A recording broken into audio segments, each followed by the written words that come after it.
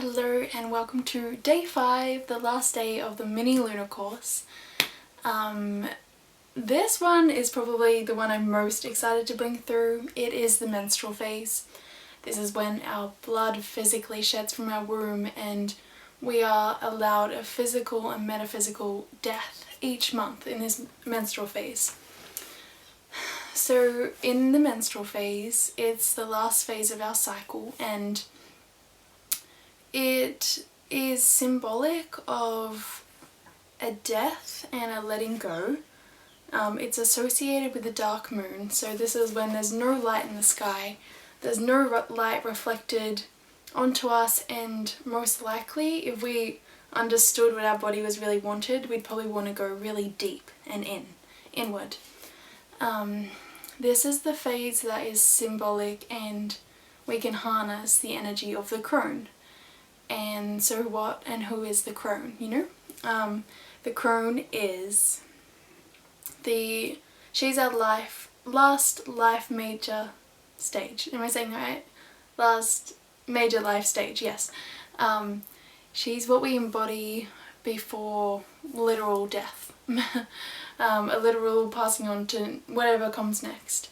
And she brings with her wisdom and insight and such clear knowing that she can sit in it, she knows it in a world so well. She's able to guide others, and when you come out of your menstrual phase, the information you have received in that phase can help to guide you in your life for your next cycle, but also your whole community. You know, women used to gather in red tents, and the whole community would come to them for the insight of where do they go next, or what provisions do they need to make sure they have, and really crucial questions the women would be asked because they received this divine insight. So in this phase, it's so symbolic in so many ways because its symbolism and its energy is something that has been rejected. Death has been rejected in many ways. It's not necessarily embraced. You know, we embrace birth and we love birth and we love the light and we love new life, but how do you feel about death? How do you feel about the rawness of your body and your menstrual blood? How do you feel about letting things go in your life and having a full-on energetic death, or someone having a physical death? How do you deal with death? Do you have tools? Have you spent time with the energy? Have you embraced the shadows within and without? So I like to speak about this one and emphasize it so much because it's probably the one that's been the most distorted and tweaked, and the one that or some people mostly fear. Is the one that can bring up a lot of fear in our body because, you know, what the menstrual blood is it embraced? Can we as a society and culture look at blood with love and see it for the wisdom and the codes and life? That's the key. It holds life, new life to grow. So can we see the blood as life? Whilst it allows us to give a physical and energetic death each month, what we're missing is that the death is for the birth. It allows the rebirth. So this blood and these codes hold the frequencies for new life. So this menstrual phase is also associated with the element of earth. So again, if you think of a tree, it had its spring, it sprouted. It had its summer, it bloomed and it gave fruit. It had its autumn, its leaves fell and the energy started to descend. And now the tree has its winter. So I'm using winter and earth. And its energy is fully in its roots. It's fully grounded into the earth.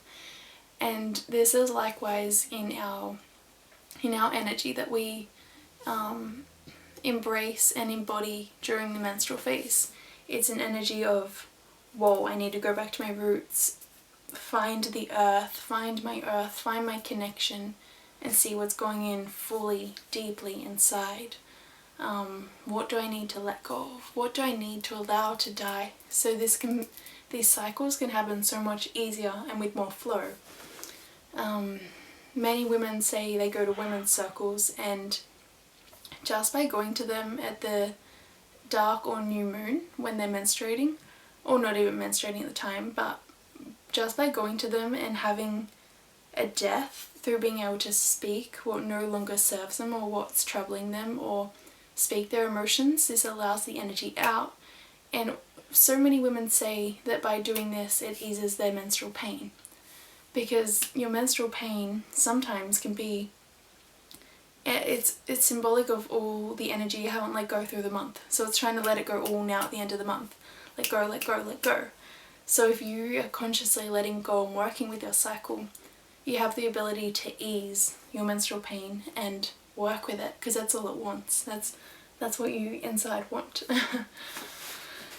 Potentially.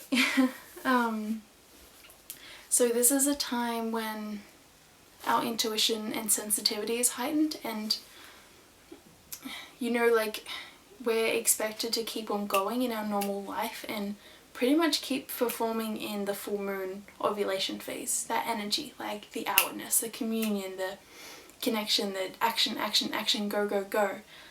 And that's kind of the way things are set up. That's kind of what we're expected to do. Even when we're menstruating, it's like, whoa, you should still be keeping going. Like, why aren't you going to work? And why don't you want to see everyone? And it's like, whoa, I'm in a cycle here. I'm at the darkest phase of my cycle.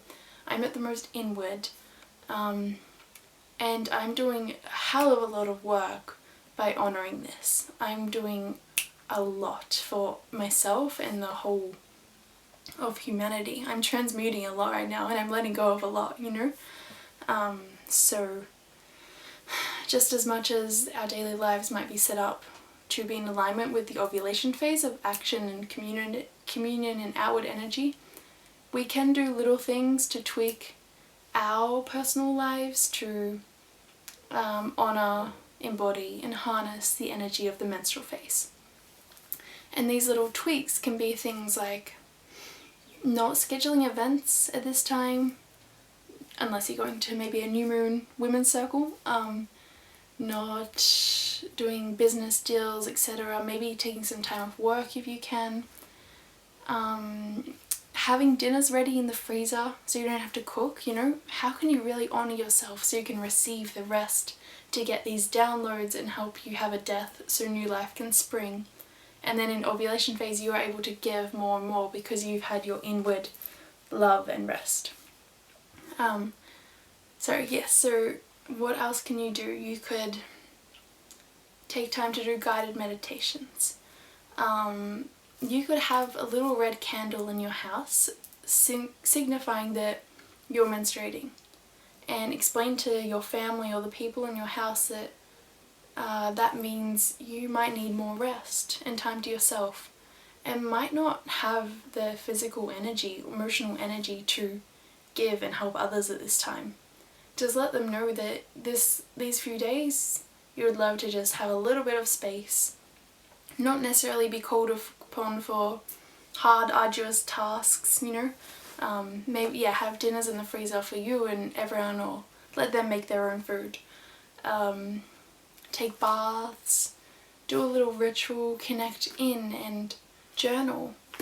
Another thing is you can move your energy. Usually we move our energy a lot by exercising, but we can also move our energy, especially at this phase, by drawing or doing art with colours. That can help us move our energy and understand our inner world, and likewise with journaling, so they're great tools for this time. So most of all, I love for everyone to embrace the depths, the darkness, the shadows, the darkness. See what's in the darkness, Let yourself go there slowly more and more again, and see how much you can love it and bring your feelings and emotions to the light and allow all that no longer serves you to release. Thank you, and I'm glad you got to get to the end of this. Well done for going all the way through. So that was the menstrual phase of the cycle, and as always there's prompts and more information below. This work, as I always say, will spiral more and more again, so this was like a very basic introduction, but there's so much to be unlocked and remembered and embodied and harnessed. And you know, all this work helps us in our lives. It helps with business, it helps with our emotions and mental health, understanding our bodies, physical health, our hormones. But by doing this work, we're not only helping us immensely, we're helping the earth, we're helping the feminine in us and in men, we're helping honour our emotions and then harness the healthy masculine. So we're helping on a very big scale, and the things that this will enable you to do and speak more freely and embody what feels true to you, because you feel more in alignment, because you've been able to have these times of reflection in the luteal and menstrual phase, and these times of death which allow you to let go of things for yourself and for the collective, helps on so many levels. So yeah, it's epic that you've gotten through this far, and I hope you continue this work and come back